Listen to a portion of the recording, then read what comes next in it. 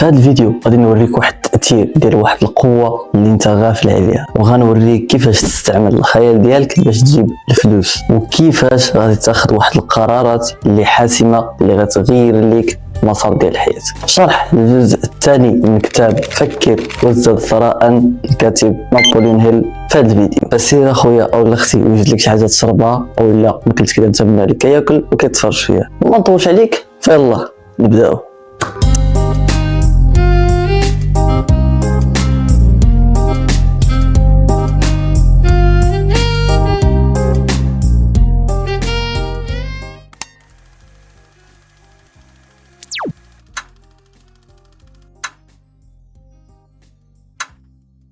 السلام عليكم اخوتي في قناه سلسله فيكس، فين كتلعب وتستمتع وتستافد. وفي الشين كنقدم واحد المحتوى ديال شرح الكتب اللي بطريقه اللي ممتعه ومفيده في نفس الوقت. فاذا عجبك المحتوى ولقيتيه كيتناسب معك، ما فيها بس تخلي لنا واحد ابوني وتنضم للعائله ديالنا. اول حاجه بغيتك تعرف اخويا انني صورت الجزء الاول اللي تحط ديجا تقريبا هذه قبل 3 شهور، يعني شهرين ونص، مازال ما وصلت 3 شهور ولكن قريبه. الدليل ان الديكور ديال البيت كله تبدل، حتى من انني كنت كنلبس نصكم وليت دابا لابسكم كامل. فعلاش؟ بكل بساطه باش نتطوروا حتى حنا. فشوف، قبل ما ندخلوا في الدسامه ديال هذه الحلقه والموضوع ديال هذه الحلقه، بغيت نراجع معكم شويه داكشي اللي شفنا في الجزء الاول. بالمناسبه اللي ما شافش الجزء الاول كننصحو شخصيا انه يرجع يشوفه، ماشي باش يتفرج لي الفيديو يعني، ولكن قسما بالله الا باش تستافد فعليا. فملي تتفرج هذا غتمشي للجزء الاول مزيان، او لا اللي كنفضل انا انك ترجع تشوف الجزء الاول وترجع تكمل معنا الجزء. صح، باش ما نطولش، الجزء الاول شفنا جوج ديال الحوايج اللي هما جوج الفصول الاولى في هذا الكتاب: قوه الفكره والرغبه. قوه الفكره بكل بساطه كتعني انه اي ثروه تكونت في هذا العالم جات من واحد الفكره، شي واحد طاحت عليه شي فكره اللي طبقها في ارض الواقع وعطات النتيجه ديالو وجابت له ديك الثروه. التسويق الالكتروني بدا من فكره، والذكاء الاصطناعي بدا من فكره. اي حاجه كتشوفها اليوم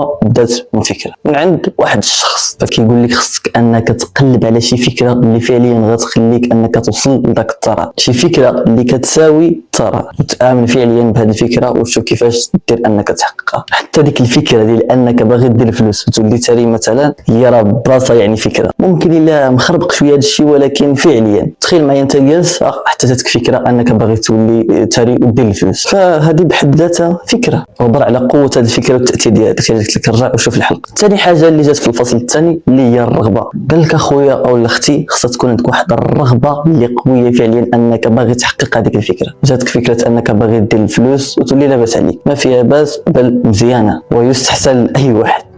تكون عندك واحد الرغبه اللي قويه اللي تخليك فعليا تفيق كل نهار وانت باغي توصل لهذا الجول هذا. فعلى اي هذا الشيء هو اللي شفناه بالمجمل، يعني كاختصار بسيط للجزء الاول. ودابا يلا ندخلوا في الجزء الثاني. فالحاجه الاولى اللي غادي نشوفوها في هذا الفيديو هي اللي جات في الفصل الثالث من الكتاب تحت عنوان الايمان. شوف، انا متاكد انك سمعتي انه الا بغيتي تنجح في حياتك خصك تامن، خصك يكون عندك واحد الايمان اللي قوي اللي فعليا انه يخليك تحقق داكشي اللي بغيتي، اي حاجه. انا متاكد ان كلمه الايمان وانك تامن براسك سمعتيها بزاف وما احتاجش انني نطول فيها نهائيا او نشرح لك، باش غادي نحاول نعطيك داكشي خفيف ولطيف وزوين، فهمتي؟ فغنحاول ان نعطيك اللاصق ديال اللاصق. الايمان تامن بالله ببساطه، تامن به انه غادي يحقق لك داكشي اللي بغيتي وغادي يعاونك ويسهل لك الطريق ويفتح لك البيبان. خصك تكون تايق في ربي انه غادي يعاونك باش تحقق داكشي اللي بغيتي، واي حاجه كيدوزك فيها في هذه الحياه هذه الا وفيها خير ليك ومنفعه ليك. فالكاتب نابليون هيل قال لك ان الافكار اللي كتجيك خصك تمزجها، اي تخلطها بالمشاعر ديالك والعواطف ديالك والايمان باش تولي فعليا انك تامن بهذه الافكار اللي كيجيو. باغي ندير الفلوس، باغي نولي لاباس عليا، انا قادر ندير الفلوس، انا متاكد بجهد الله وتوفيق الله عز وجل والجهد اللي غادي نحطو غادي نقدر انني ندير الفلوس ونولي لاباس عليا، علاش لا؟ ونابليون هيل قال واحد الحاجه في الكتاب اللي عجبتني الصراحه. قال لك شوف، شتي كاع دوك الافكار اللي كيجيوك في بالك الا تمزجوا بالمشاعر والعواطف والايمان كتبدا مباشره انها تترجم على ارض الواقع، اي تولي حقيقيه. وكنظن ان كلامه صحيح. وفي الكتاب قال بزاف ديال المقولات على موضوع الايمان، وبصراحه كاينين شي وحدين عجبوني بغيت نقلهم لك. فما غنحاول ما نعطيكش كل شيء او ما نقلكش كل شيء او اللي ما غيفيدكش، انما اللي في نظري انا، في نظري على الاقل، انه مزيان. قال لك سيدي ان الايمان هو اكسير خالد، هو اللي كيعطي الدافع للفكره باش انها تبقى حيه، وكيعطي الدافع للقوه وحركه. وقال لك ان الايمان هو النقطه اللي كيبداو منها كل الثروات ديال العالم. قال لك ان الايمان هو الاساس ديال كاع المعجزات اللي شفتي والالغاز اللي ممكن ما تحللهمش بشكل بسيط او وفقا للمبادئ العلميه. وهذه خصوصا اللي عجبتني بزاف ركزوا عليها. قال لك ان الايمان هو الترياق الوحيد للفشل. قسما بالله الا عجبتني. وصراحه انا شخصيا كنتفق معه. الا كان واحد الايمان اللي قوي ففعليا كاع داكشي اللي بغيتي غتحاول وتجاهد انك تحققه. وشخصيا كنشوف ان الايمان والرغبه شي حوايج اللي متقاربين بزاف. فواحد كيكمل واحد. فغندوزونيش انا خويا العزيز للفصل الخامس. غتقول لي كيفاش نقسم من الفصل الثالث للفصل الخامس؟ شوف انا باغي نعطيك شي حاجه اللي غتنفعك، شي حوايج او اغلب الحوايج اللي غتكون ديجا سمعتيهم وشفتيهم غنحاول انني نحيدهم وما نعطيكش كما كيتسمى الحشو. نعطيك فعليا شي حوايج اللي ممكن انهم يفرقوا معاك ويديروا لك واحد التغيير. فممكن تشري الكتاب وتقرا الكتاب كامل. داكشي كنقول لك واش كتنصحني انني نتفرج في فيديوهات كلها نمشي نقرا كتاب؟ سير قرا كتاب. فانا هنا كنحاول نعطيك الضروري ونصح لك الضروري اللي فعليا ممكن انه ينفعك، وداكشي الاخر ماشي ما غاديش ينفعك وانما بنظري ممكن تطرق لهم في حوايج ثانيه وتوسعهم في حوايج ثانيه او ما ليهاش ديك الاهميه الكبيره. على اي غنمشيو للفصل الخامس اللي جا تحت عنوان المعرفه المتخصصه. هنايا كاين واحد الكلام شويه ماشي شويه وانما بزاف الصراحه، حيت هذا الموضوع كاين فيه واحد الاختلاف وواحد التضارب. فهنايا الكاتب غادي يبدا لنا هذا الفصل هذا بانه يوضح لنا الفرق ما بين المعرفه العامه والمعرفه المتخصصه. وقال لك باش انك توصل للثراء وتحقق الثراء ستكون عندك واحد المعرفه المتخصصه ماشي المعرفه العامه. كيفاش هذا الكلام؟ خليني نشرح لك، خليني نزيد نشرح لك. المعرفه العامه سيدي اخويا او اختي هو انك تكون عارف بزاف ديال المجالات وبزاف ديال الحوايج. وهذه شخصيا انا شوف المقوله ديال الكاتب كنتفق معها، ولكن هذا الكلام هذا لا، انه ما تحتاجهاش. تحتاج انك تعرف شي حاجه او شي دومين وتتعمق فيه مزيان، وهذا الكلام صحيح، ولكن ضروري ما تحتاج تتعلم في جميع المجالات وفي جميع الحوايج. او في كتاب الاب الغني والاب الفقير اب ثري قال روبرت كيوساكي تعلم شيء من كل شيء. وفعليا خصك تطلع على بزاف ديال المواضيع بزاف ديال المجالات وتعرف شويه من كل حاجه، ولكن قال لك باش توصل للثراء خصك ضروري تخصص في شي حاجه. مثلا تشوف رياده الاعمال تكون رائد اعمال وتخصص فيها فعليا، وتشوف كيفاش تكون انت رائد اعمال وتجيب فلوسك الخاصه، تكون عندك شركه مشروع ديالك قايمه براسها خدامه على راسها وكتجيب لك الفلوس حتى لعندك مثلا. هذا مثال. فخصها تكون عندك شي حاجه اللي فعليا انت تتخصص فيها. وانا كنتفق مع الكاتب، شوف لك شي حاجه اللي فعليا انت تتخصص فيها. ممكن يقول لك واحد انا باغي نتخصص مزيان في الاستثمار، ولكن اش الاستثمار؟ الاستثمار في العقارات، في الاسهم، الذهب، اش ممكن الاستثمار بشكل عام. ممكن واحد غادي يقول لك غنتخصص في البيزنس المشاريع ونكون رائد اعمال، هذا دومين اخر. كل واحد وفاش ممكن انه يتخصص. فبكل بساطه باش ما نطولش عليك الفيديو قال لك خصك تحتاج او غتحتاج واحد المعرفه اللي متخصصه باش انك توصل للثراء. وفعليا انا كنصحك بها. شوف لك شي حاجه اللي انت تتخصص فيها اللي فعليا ممكن ان تحقق لك الغايه اللي في بالك، ولكن في نفس الوقت ما تهملش داكشي اللي قلت لك، انه حاول تعلم حاجه من كل حاجه. وخليني نقول لك واحد المقوله اخويا ولا اختي اللي تذكرت في الكتاب اللي ممكن ان تزيد تفهمك مزيان هادشي اللي قلت لك. قال لك سيدي قبل ان تكون واثقا بقدرتك على تحويل رغبتك الى نظيرها المالي سوف تحتاج الى معرفه متخصصه عن الخدمه او السلعه او الحرفه التي تود تقديمها مقابل الثروه. يعني بكل بساطه غتحتاج تعرف وتخصص في واحد الحاجه اللي انت باغي تقدمها باش تحصل على ديك الثروه. فانت خصك تكون عارف شكون هي الحاجه اللي باغي تخصص فيها اللي غتجيب لك ديك الثروه اللي انت باغي، ولا خاصك تعرف وتولي تفكر من اليوم شنو هي الحاجه اللي باغي تخصص فيها اللي غتجيب لك فعليا ديك الثروه اللي انت باغيها. وواحد المقوله اللي شفتها في هذا الفصل هذا وفعليا عجبتني بزاف هي ان قال لك طريق النجاح هو طريق السعي المستمر وراء المعرفه.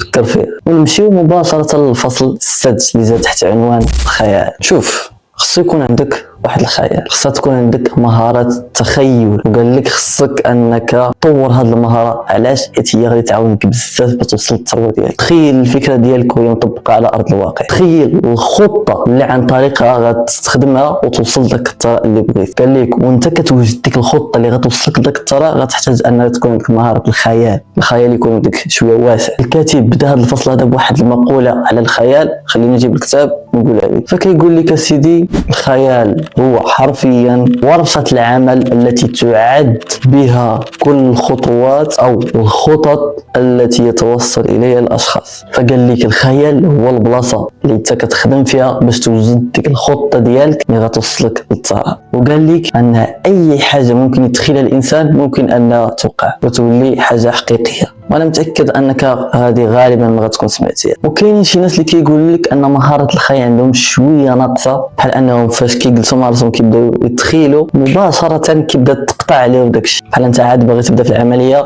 كتجيك واحد القطعه صافي، شي حاجه كتشتتك ما كتقدرش انك تكمل. اول حاجه اخويا او اختي بغيت نقول لك ان الافكار كتلعب دور في الخيال. كيفاش؟ وانت كتخيل داكشي اللي كتخيلو راه عباره على افكار، والحبل ديال الافكار رقيق بزاف. يعني تخيل معايا انت دابا جالس في واحد البلاصه هكا مجموعه في داركم، جالس كتخيل مع راسك ويجي خوك الصغير طاير الله يعطيه الصحه وكيغوز في صدرك انت واش تقدر انك تكمل ديك عمليه التخيل؟ بكل بساطه ما غيمكنش. علاش؟ حيت انت واخا تبغي ما غتقدرش، شي حاجه اللي خارج نطاق التحكم ديالك. فاول حاجه خصك تضمن واحد البيئه اللي فعليا تعاونك على انك تقدر تتخيل او تخدم الخيال ديالك، وخصو يكون عندك خيال ابداعي. ثاني حاجه اللي قالوها العلماء اللي الصراحه انا ما عرفتش غادي تقدر انك تقبلها ولا لا، قال لك ان اكثر الناس عندهم مهاره الخيال المجهده هما الناس اللي عندهم مع الماط والفيزيك.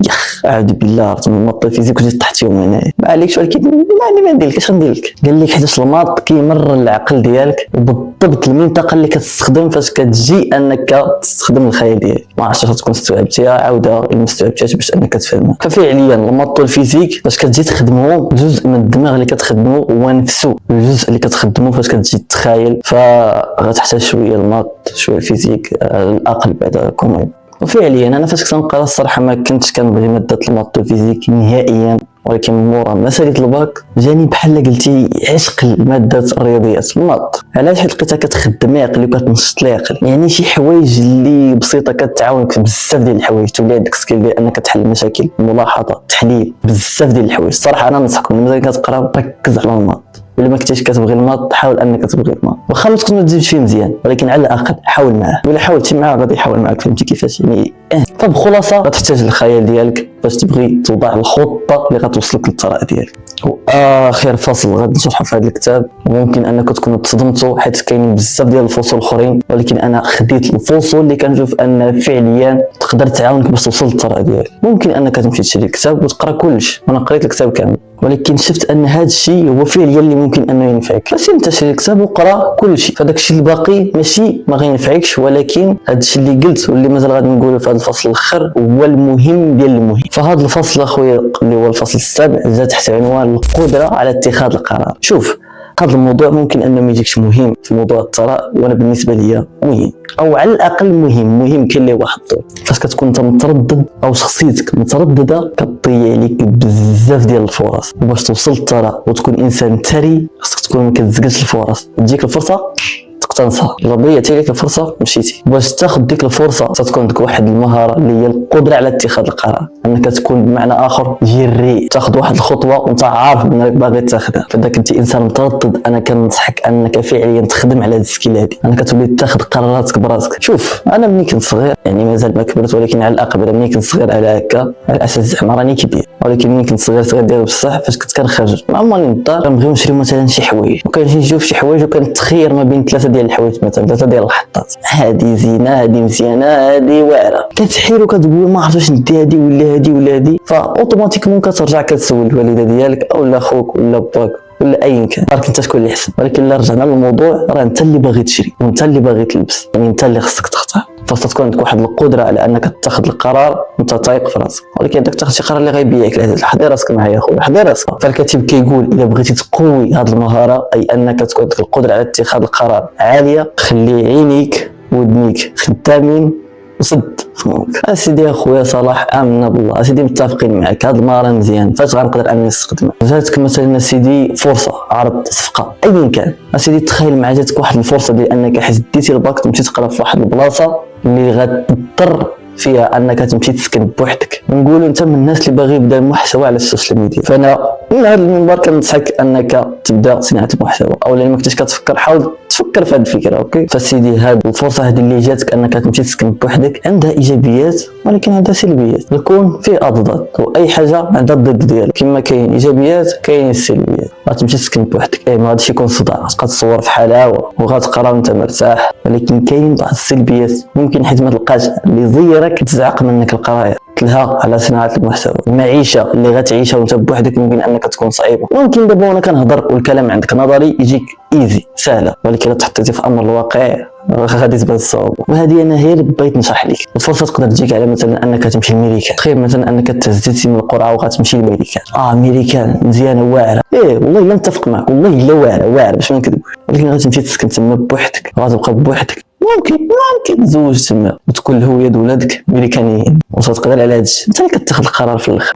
باش ما نطولش ونخلي الكلام ديالي عباره على الحشو، خصك تكون قادر انك تاخذ قراراتك براسك، ما تخليش شي واحد هو اللي يتخذ القرار بلاصتك. شوف غير في حياتنا اليوميه حاليا كل نهار كنعيشوا كتجينا شي مواقف اللي خصنا حنا نقرروا. من اليوم بدات تخدم على هاد السكيل هادي الا ما كانتش عندك، او الا كنتي انت انسان متردد. وهنايا غادي نكون سالينا الشرح ديال هذا الكتاب هذا. نتمنى انه يكون فادكم ولو بشي حاجه اللي قليله، ولكن قبل ما نسالي كاينه واحد المقوله اللي تذكرت في هذا الكتاب اللي انا ما تطرقتلهاش حيت ما وصلتش الفصل اللي تذكرت فيه، ولكن على اي بنظري شوف سمعتيها سالينا هذه المقوله دي سمعتيها، ولكن غادي نعاودها. علاش؟ حيت فعليا واحد المقوله اللي اقسم بالله الى صحيحه 100%. قال لك ان الفائز لا ينسحب ابدا والمنسحب لا يفوز ابدا، اي انك اذا بديتي شي حاجه وتراجعتي ما غاديش توصل. وهذا الشيء كيعني ان الانسان اللي كتلقاه نجح راه ما انسحبش ابدا ودايما كيمشي للقدام، ودايما اللي كتلقاه كيرجع اللور وكينسحب في كل مره او في بعض المرات ما كينجحش وما كيوصلش داكشي اللي هو باغي. فابدا وتوكل على الله وما تنسحبش، وباذن الله غتوصل داكشي اللي بغيت. وهنا حنا نكون وصلنا للنهايه ديال الحلقه، ولكن قبل ما نسالي بغيت نشكرك على وقتك اللي عطيتيه ليا وعلى التركيز ديالك معايا، وحيتاش كملتي الفيديو حتى الاخر فشكرا لك بزاف. اذا لقيتي ان الفيديو عجبك وفادك ما فيها بس تخلينا معك واحد لايك، وخليو لي في لي كومونتير شكون هما الكتبه اللي بغيتوني نشرح. وفي الاخر صلي على النبي عليه افضل الصلاه والسلام، والسلام عليكم ورحمه الله.